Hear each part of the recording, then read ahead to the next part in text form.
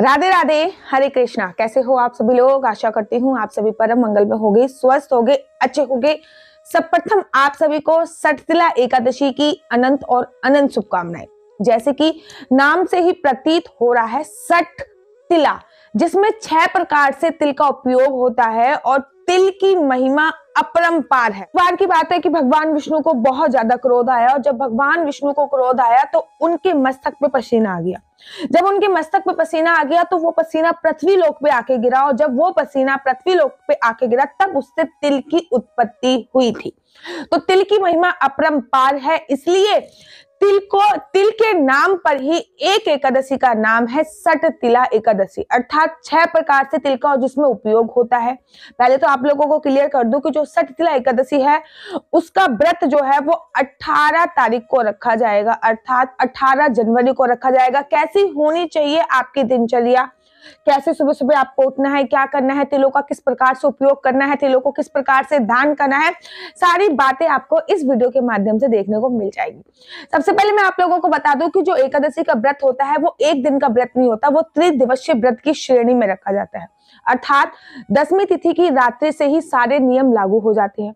10वीं तिथि की रात्रि को आपको मांस, मदिरा, लहसुन, प्याज का उपयोग किसी भी प्रकार से नहीं करना है, किसी भी प्रकार की काम वासना का उपयोग नहीं करना है। संपूर्ण ब्रह्मचर्या का पालन के तत्पश्चात संपूर्ण ब्रह्मचर्या का पालन करना है और 10वीं तिथि की रात्रि को कोशिश करिए कि सूर्य अस्त हो जाए।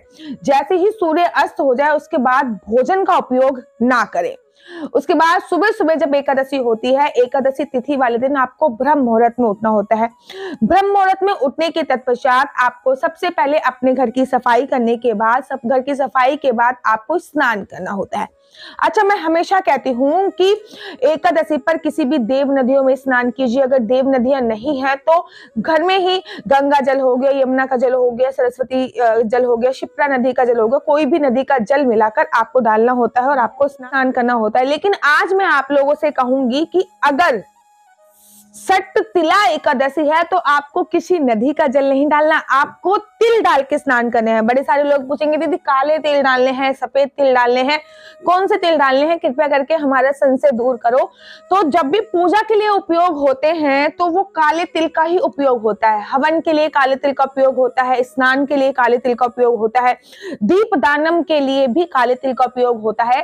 तो आपको काले तिल डालकर स्नान करना है। वीडियो आज इसलिए डाल रही हूँ कि अगर आपके घर पे काले तिल नहीं है तो आप जाके काले तिल लेके आ जाइए। आपको काले तिल डाल के स्नान करना है। उसके तत्पश्चात आपको येलो रंग के वस्त्र पहनने हैं। मैं हमेशा कहती हूँ कि एकादशी पे पीले रंग की प्रधानता होनी चाहिए, पीला रंग आपको स्वतः पहनना चाहिए।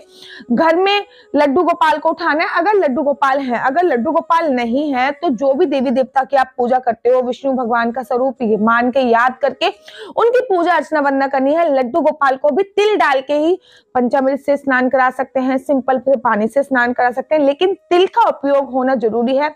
लड्डू गोपाल को भी पीले वस्त्र की प्रधानता दीजिए, अर्थात पीले वस्त्र आपको लड्डू गोपाल, बाल गोपाल को भी पहनाने हैं। उसके तत्पश्चात हमेशा एकादशी तिथि में एकादशी की कथा पढ़नी अनिवार्य होती है और एकादशी की कथा की पूरी एक पुस्तक आती है। जिस लोगों को नहीं पता उसमें से आप देख लीजिए कि सठतिला एकादशी कौन सी है और सठतिला एकादशी की आपको कथा पढ़नी है। अच्छा, व्रत रखने से पूर्व आपको संकल्प लेना बहुत जरूरी होता है। किसी भी व्रत को रखने से पहले संकल्प अवश्य लिया जाता है। जब तक व्रत का संकल्प नहीं लिया जाता तब तक व्रत संपूर्ण नहीं माना जाता। और इस व्रत का संकल्प थोड़ा सा डिफरेंट होता है। वैसे तो मैं हर व्रत में बताती हूँ कि संकल्प कैसे लेना चाहिए, लेकिन सठतिला एकादशी में तिल के साथ संकल्प लिया जाता है। तो आपको बताती हूँ, सबसे पहले आपको अपने सीधे हाथ में थोड़ा सा जल लेना है, 1 या 2 बूंद जल की लेनी है। उसके बाद कुछ पुष्प लेने हैं, फूल लेना है, 1 का सिक्का लेना है, सुपारी लेनी है, थोड़े से आपको तिल ले लेने हैं या फिर जौ ले लेने हैं। वैसे तो संकल्प के लिए चावल लिया जाता है, लेकिन एकादशी पर चावल का उपयोग नहीं होता है, इसलिए आपको तिल जरूर लेने हैं सठतिला एकादशी और थोड़े से जौ लेने हैं। ये इन 5 चीजों के साथ आपको संकल्प लेना है। हाथ को ऐसे करना है, आंखें बंद करना है, बोलना है श्री विष्णु श्री विष्णु श्री विष्णु 3 बार। विष्णु भगवान को याद करने के बाद जो भी आपका नाम है, जैसे कि मेरा नाम आशु चौहान है, मेरा गोत्र जो भी आपका गोत्र है फलाना, यहाँ भी इस स्थान पे आप व्रत कर रहे हो, उस स्थान का नाम लेना है, अपने पति का नाम, या फिर अगर अनमैरिड हो तो अपने पिता का नाम लेना है और बोलना है कि मैं आज सटतिला एकादशी का व्रत पूरी विधि विधान से कर रही हूँ। और विधि विधान से एकादशी का व्रत करने के बाद जैसे भी आपको व्रत रखना है, जैसे कि अगर आपको निर्जला रखना है तो निर्जला बोलना है, फलाहार से रखना है तो फलाहार के बारे में बोलना है, एक समय आपको नमक का भोजन करके व्रत रखना है तो आपको वैसे बोलना है। और उसके बाद जो आपके हाथ में सामान है वो एक लोटे में डाल देना है, ठीक है, लोटा जो आपने पास में रखा होगा। उसके तत्पश्चात आपको सटतिला एकादशी व्रत की कथा अवश्य और अवश्य सुननी है। चाहे आपने व्रत रखा हो चाहे ना रखा हो, लेकिन आपको एकादशी के व्रत की कथा अवश्य सुननी चाहिए। उसके तत्पश्चात आपको अपने घर में जिस पानी से आपने संकल्प लिया था और जिस लोटे में डाला था उस लोटे का छिलकाव आपको पूरे घर में करना है और बाकी वो लोटा आपको अपने घर की क्यारियों में डाल के आ जाना है, पौधे में भी डाल के आ सकते हो। सटतिला एकादशी पे जो दिया जलाया जाता है या तो वो तिल के तेल का जलाइए, अगर तिल के तेल का आप दिया नहीं जला सकते हैं तो कोशिश कीजिए कि आप दिया जब जला रहे हैं उसमें तिल का उपयोग अवश्य और अवश्य कीजिए और कोशिश कीजिए कि आप एक अखंड जोत तिल के तेल की जला दीजिए तो सबसे ज्यादा सर्वोत्तम होगी। वीडियो के एंड तक जरूर बने रहिएगा क्योंकि वीडियो के एंड में मैं आपको एक चमत्कारी उपाय बताने वाली हूँ कि मनोकामना वाला दिया आपको कैसे जलाना है, क्या क्या उसमें इंग्रेडिएंट्स डालने हैं और सटतिला एकादशी पे करने वाला एक चमत्कारी उपाय वीडियो के एंड में बताऊंगी। उसके तत्पश्चात आपको पूरे दिन भगवान विष्णु का नाम जपना है, महामंत्र का जाप कर सकते हो कि हरे कृष्णा कृष्णा कृष्णा हरे हरे, हरे राम राम राम का जाप कर सकते हो, ओम नमो भगवते वासुदेवाय का जाप कर सकते हो, विष्णु सहस्त्रनाम चला सकते हो, विष्णु भगवान के गाने कन्हैया जी के गाने आप यूट्यूब पे भी चला सकते हो और पूरे दिन आपको केवल भगवान के नाम का ही स्मरण करना है। भगवान के नाम का स्मरण करने के तत्पश्चात आप लोगों को करना क्या है कि एकादशी पर देखो दोपहर को सोते नहीं है। एकादशी पर क्या, किसी भी व्रत में दोपहर को सोना निषेध माना जाता है, इस बात का आपको ध्यान रखना है कि आपको दोपहर को सोना नहीं है।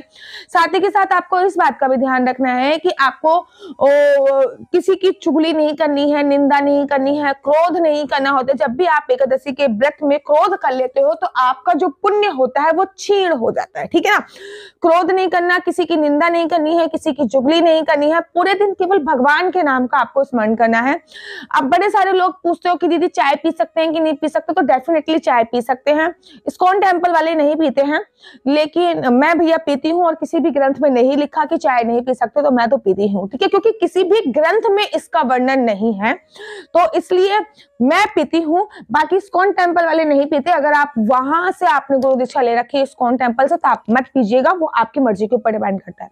उसके तत्पश्चात शाम की आपको पूजा अर्चना वंदना करनी है। शाम की पूजा आपको करते वक्त इस बात का ध्यान रखना है कि शाम की पूजा सिंपल तरीके से करनी है, कोई कथा नहीं पढ़नी है, शाम की सिंपल तरीके से पूजा। लेकिन शाम की पूजा में आपको 3 दिए अवश्य जलाने हैं, 2 घर के मुख्य द्वार के लिए जरूर होने चाहिए और एक तुलसी माता का दिया अवश्य जलाना चाहिए, ठीक है। एकादशी वाले दिन अगर आप तुलसी की परिक्रमा कर लेते हो, हाँ मैं जानती हूँ कि एकादशी पर तुलसी नहीं तोड़ते, तुलसी को स्पर्श भी नहीं करते, तुलसी में जल भी नहीं चढ़ाते, लेकिन तुलसी की परिक्रमा अवश्य करनी चाहिए। तुलसी से थोड़ी सी मिट्टी लेके, तुलसी की जड़ से थोड़ी सी मिट्टी लेके आपको अपने मस्तक इस बिंदु पे जरूर लगाना है और तुलसी पे एक जोत अवश्य जलानी है। अच्छा, कोशिश कीजिएगा कि जो आप ये जोत जला रहे हो घर के मुख्य द्वार पे और तुलसी पे, अगर ये भी तिल की, इसमें भी तिल का उपयोग कर दो तो बहुत ज्यादा सर्वोत्तम है। अच्छा, इस दिन आहार क्या लेना है और आहार में भोग क्या लगना है। इस दिन लड्डू गोपाल को विशेषकर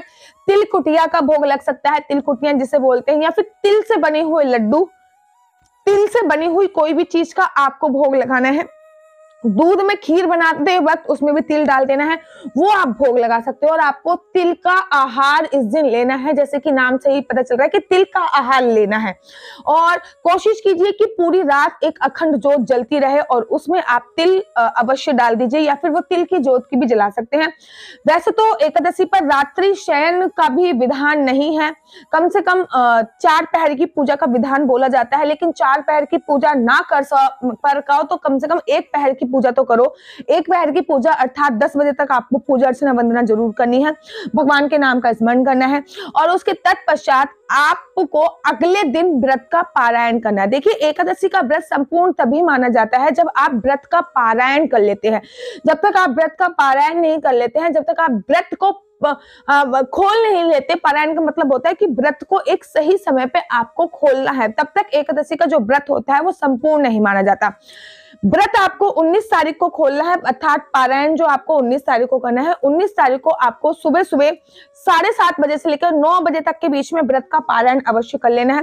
व्रत का पारायण वैसे तो मैं हमेशा बोलती हूँ कि आप व्रत का पारायण लड्डू गोपाल जी को स्नान करा के चन्या मिस से किया करो, सबसे सर्वोत्तम वही होता है। उसके बाद चावल की कुछ भी चीज बनाया करो, चावल का सेवन किया करो, ठीक है। और व्रत के पारायण से पहले किसी को खिलाया करो, उसके तत्पश्चात आप खुद खाया करो, तभी पारायण संपूर्ण माना जाता है। लेकिन सटतिला एकादशी के जो व्रत का जो पारायण है, उसमें आपको इस बात का ध्यान रखना है कि आपको तिल की ही कोई चीज बनानी है, तिल की ही कोई चीज आपको दान करनी है और तिल के बाद ही तिल खा के ही व्रत का पारायण करना है, इस बात का आपको ध्यान रखना है।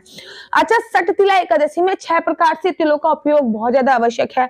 नंबर 1, तिल डाल के नहाना है, तिल का उपटन लगाना है, तिल का दीपक लगाना है, तिल सेवनन, तिल को खाना है और तिल का ही हवन करना होता है। तो 6 प्रकार से तिल का उपयोग बहुत बहुत ज्यादा आवश्यक होता है। सटतिला एकादशी में तिल का दान सर्वोत्तम माना जाता है। कहते हैं कि एक तिल के दान के बराबर अश्वमेध यज्ञ का फल मिलता है, अर्थात आप एक तिल दान कर रहे हो तो आपको अश्वमेध यज्ञ का फल मिल रहा है। तो आप सोचिए कि आप कितने तिलों का दान कर सकते हो। दान वाले तिलों में आपको हमेशा काले तिल लेने हैं, इस बात का आपको सफेद तिल लेने हैं, इस बात का ध्यान रखना है। नहाने के लिए और दीप प्रज्वलित करने के लिए आपको काले तिल लेने हैं, इस बात का ध्यान रखना है। आप सफेद और काले तिल मिक्स करके भी सारा कार्य कर सकते हो। और लास्ट में मैं आपको एक चमत्कारी उपाय जरूर बता देती हूँ। इस दिन मैं हमेशा कहती हूँ कि हर एकादशी पर एक अखंड ज्योत हमेशा जलाया करो। अखंड ज्योत जो होती है वो मनोकामना वाली ज्योत होती है। नीचे आपको तिल रखने हैं, ज्योत के नीचे आपको तिल रखना है, अखंड ज्योत जलानी है और लाल बत्ती की ज्योत जलानी है, तिल के तेल की ज्योत जलानी है और साथ में उसमें ब्लैक तिल अर्थात काले तिल भी डाल देने हैं, एक चुटकी हल्दी भी डाल देनी है। और जब सुबह की पूजा करो तब वो अखंड ज्योत जलानी है और जब ज्योत जलाओ तब आपकी जो भी मनोकामना है उस मनोकामना को आपको बोलना है। जैसे कि आपकी मनोकामना है, आपने ज्योत जलाई, आपकी मनोकामना है कि मेरा विवाह शीघ्र अति शीघ्र हो जाए, तो आपको ऐसा बोलकर ज्योत जलानी है। आपकी मनोकामना है कि आपकी कोख हरी भरी हो जाए, तो आपको ऐसा बोल के ज्योत जलानी है। आपकी मनोकामना है कि आपके घर पे किसी बच्चे की किलकारियां गूंजे, तो आपको ऐसी मनोकामना के साथ ज्योत जलानी है, ठीक है। और सच्चे दिल से आपको व्रत रखना है और सच्चे दिल से ज्योत जलानी है। वो ज्योत किसी भी प्रकार से पूरे दिन में खंडित नहीं होनी चाहिए, इस बात का ध्यान रखना है, ठीक है। अगले दिन वो ज्योत कम से कम जब तक आपका व्रत का पारायण नहीं हो रहा तब तक जलती रहे और उसके बाद स्वतः ही व्रत का पारायण हो जाए तो स्वतः ही शांत हो जाए, तो सबसे ज्यादा सर्वोत्तम माना जाता है। उसके बाद उस ज्योत में थोड़ा सा तेल बचा होगा, उस तेल को आपको अपने हाथों में लेना है, अपने हाथों की लकीरों पे लगाना है, अपने मस्तक की लकीरों पे लगाना है। थोड़ा सा तेल स्टोर करके थोड़ी सी डिब्बी में संभाल के रख लेना है, नजर के लिए, बच्चों के लिए, आपके घर में टोक लगी हो, किसी को नजर ज्यादा लगती हो या फिर किसी भी शुभ काम के लिए जा रहे हो, तो वो जो तेल थोड़ा सा रखा था वो आपको मस्तक पे अवश्य लगाना है। बाकी जो उसमें बत्ती जो बची हुई है वो आप किसी भी पौधे वगैरह में डाल सकते हो। तो ऐसा आपको अवश्य करना है। ये एक चमत्कारी उपाय होता है आपकी मनोकामना पूर्ति के लिए। अगर ज्योत बीच में बुझ जाती है तो दोबारा से उसको प्रज्वलित नहीं करना, उसकी बत्ती निकालनी है, दूसरी बत्ती लगानी है, तब उसको प्रज्वलित करना है, ठीक है। तो आशा करती हूँ कि आपको मेरी वीडियो अच्छी लगती होगी। अगर आपको मेरी वीडियो अच्छी लगती है तो आप अपना यूट्यूब चैनल हरिबोल को लाइक शेयर सब्सक्राइब करना बिल्कुल भी मत भूलिए। तब तक के लिए मुझे दीजिए इजाजत। राधे राधे, हरे कृष्णा।